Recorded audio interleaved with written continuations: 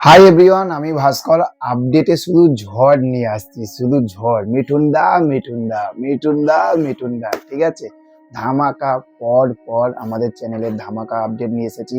আবারও এখন এক্ষুনি আর একটা অসাধারণ, ব্যাপক, ধামাকা, ফাটাফাটি, আগুন লেভেলের আপডেট কিন্তু আনতে চলেছি। জাস্ট কিছুক্ষণের মধ্যে পুরো ভিডিওটা শুনতে শুনতে তোমরা বুঝতে পারবে।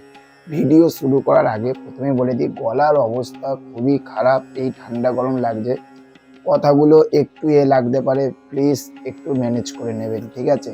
তো চলুন ভিডিওটা শুরু করি।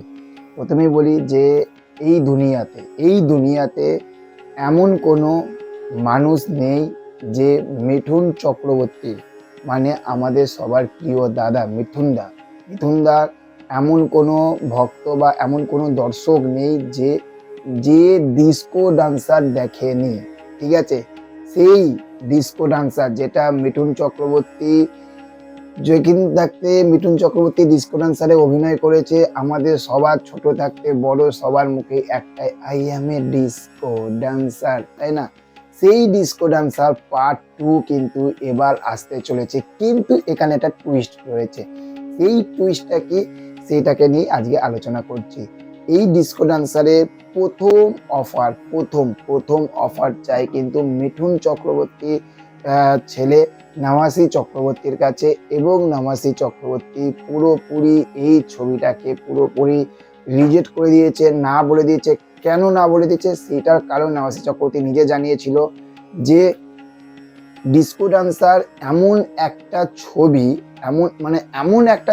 এমন একটা জায়গায় মিঠুনদা যে অভিনয়টা করেছিল, সে কখনো পারবে না। মিঠুন চক্রবর্তী হয়তো তার ড্যাড হতে পারে, কিন্তু তার ক্ষমতা নেই বা তার সেই এটা নেই, সেই সাহসটা নেই যে মিঠুন চক্রবর্তী যে অভিনয়টা করেছিল সেইটার মতন বা সেটার থাকতে বিট করে যাবে সে নামাসি চক্রবর্তী ডিস্কো ডান্সার 2 এ। ওই জন্য সে বলেছিল যে আমাকে যদি ইন্ডাস্ট্রি থাকতে যদি বাদ দিতে চাও বাদ দিয়ে দাও, কিন্তু এই রকম অফার নিয়ে এসো না। সেই অফারটা সে ক্যান্সেল করে।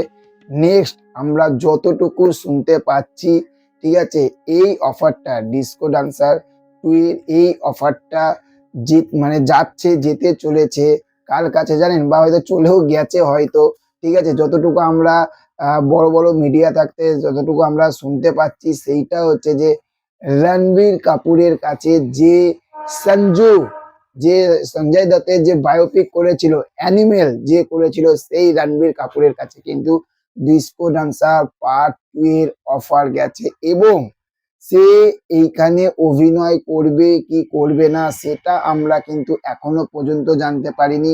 তবে যদি করে, আমি এইটুখানি বলবো যে রণবীর একজন ধুরন্ধর কিন্তু অভিনেতা। ধুরন্ধর মানে আমি রণবীর সিং এর কথা বলছি না, রণবীর কাপুরের কথা বলছি। রণবীর কাপুর একজন মারাত্মক লেভেলের কিন্তু অভিনেতা, এবং আমরা এতটুকু জানতে পেরেছি যে মিঠুন চক্রবর্তী নাকি, মানে মহাগুরু এমজি মিঠুন দা, আমাদের শ্রদ্ধেয় দাদা, তার সম্মত রয়েছে এই ছবিটা করতেই পারে অন্য কেউ। এবং মিঠুন যদি হয় এই ছবিটা, তাহলে আমরা মিঠুন দাকে একটা ব্যাপক ক্যারেক্টারে কিন্তু গেস্ট, যেরকম হয় না যে সাউথের, তারপরে বলিউডে যেরকম আমরা দেখি, সেই রকম কিন্তু মিঠুনদার হয়তো চরিত্রটা অল্প থাকবে, কিন্তু বিশাল বড় কিন্তু গুরুত্বপূর্ণ চরিত্র থাকতে চলেছে ডিস্কো ডান্সার 2 এ। তবে সেইটা রণবীর কাপুরও যদি রিজেক্ট করে দেয়, তাহলে ডিস্কো ডান্সার 2 হবে কিনা সেটা সন্দেহের বিষয়। তবে এটা তো সত্যি যে মিঠুনদা যে জায়গায় সিনেমাটা নিয়ে গেছিল, ঠিক আছে, আমরা তো সেই সময় জন্মাইনি, আমরা মোবাইলে আমরা দেখেছিলাম। তো সেখান থাকতে কতটা পারবে এটা ডাউট থাকবে, এটা অনেকে সাহস পাচ্ছে না। তো রণবীর কাপুর একজন ভালো অভিনেতা, আশা করা যায় সে হয়তো হ্যাঁ বলতেও পারে। তো সেখান থাকতে ধামাকাদার যদি আমরা কনফার্ম আপডেট পাই, এইটুখানি আপনাদেরকে কথা দিয়ে যাচ্ছি, আমাদের চ্যানেলে সবার প্রথম এই আপডেটটা কভার করা হবে ইউটিউবে। তো চলুন, দেখা হচ্ছে পরবর্তী ভিডিওতে। আর এই রকম ভালো ভালো আপডেট পাওয়ার জন্য খুব দুঃখ লাগে, প্রচুর কষ্ট লাগে, কারণ জানে কেন, কারণ আপনারা ভিডিও দেখেন, আপনারা লাইক করেন, আপনারা কমেন্ট করেন, ব্যাপক মজা লাগে, খুব ভালো লাগে, কিন্তু চ্যানেলটাকে একটু সাবস্ক্রাইব কম করছেন। তো আপনাদের কাছে বিনীত অনুরোধ এইটুখানি করবো যে ছোট্ট ভাইটাকে আশীর্বাদ করবেন যাতে আরো সামনের দিকে এগিয়ে যেতে পারি। দেখা হচ্ছে পরবর্তী ভিডিওতে। ভালো থাকবেন। Okay, thank you, have a nice day, tata, bye by.